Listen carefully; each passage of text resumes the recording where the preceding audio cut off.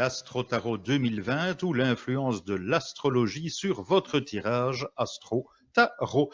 Eh bien donc, 2020 sera marqué principalement par 4 planètes. Tout d'abord, Jupiter. Jupiter, minute de culture générale, celle du romain qui gouverne la terre et le ciel, ainsi que tous les êtres vivants, c'est l'équivalent du grec Zeus. C'est le grand protecteur de la cité, de l'État, symbolisant les grandes vertus, justice, bonne foi et honneur. Il protégeait également la jeunesse et était au-dedans comme au-dehors la grande puissance tutélaire de l'Empire.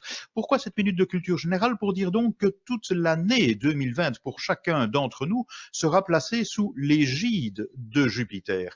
Jupiter, c'est celui qui transmet, qui participe à la société et qui marque expansion et épanouissement personnel. C'est le prof en nous. Et là, parenthèse, n'hésite pas à faire un stop sur la dia parce que je vais te laisser le temps de lire bien à ton aise. Ce qu'il faut retenir, Jupiter marquera l'épanouissement dans la société d'une part, et d'autre part, il y aura une amplification durant l'année de certaines cartes du tarot, celles qui seront en lien avec les maisons relatives à Jupiter.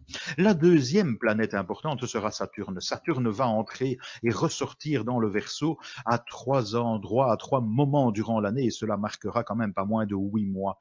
Dans la mythologie, Uranus, c'est la transcription d'Uranos.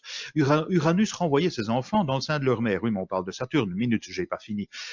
Uranus renvoyait donc ses enfants dans le sein de leur mère, qui du coup excédé demande à Saturne, à l'aide d'une serpe, d'aller châtrer son père. Ouh, que ce n'est pas sympathique et tous les hommes apprécieront.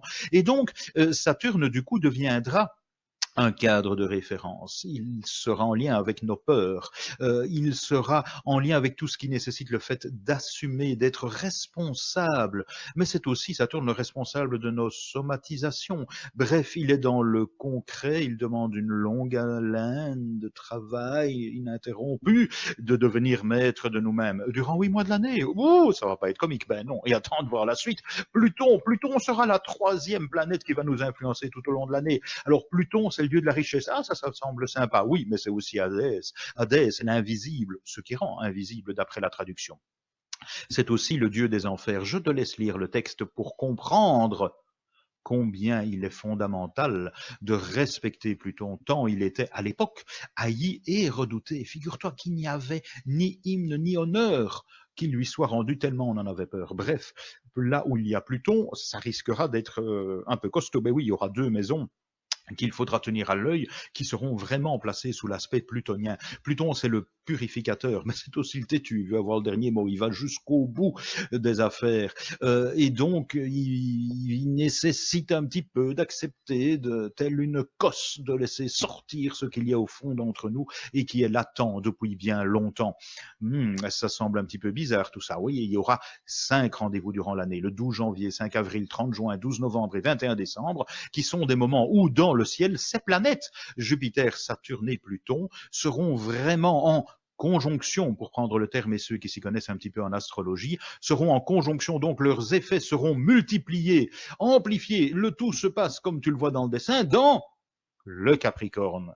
Bref, ça risque de pas être comique. Il y aura également le fait que Saturne va rentrer dans le Verseau en mars, en juin, il en sortira, puis il y reviendra en décembre. Autrement dit, c'est une année où il faudra vraiment, pour comprendre son tirage astro-tarot, tenir compte absolument du placement et des moments où ces planètes entreront de concert. Résultat des courses, dans votre tirage astro-tarot, donc, l'essentiel, c'est de voir dans votre thème personnel, dans votre carte du ciel, qu'en est-il à ces différents moments de ces configurations planétaires? Et là, évidemment, c'est QFD, tout l'art de votre interprétation personnelle.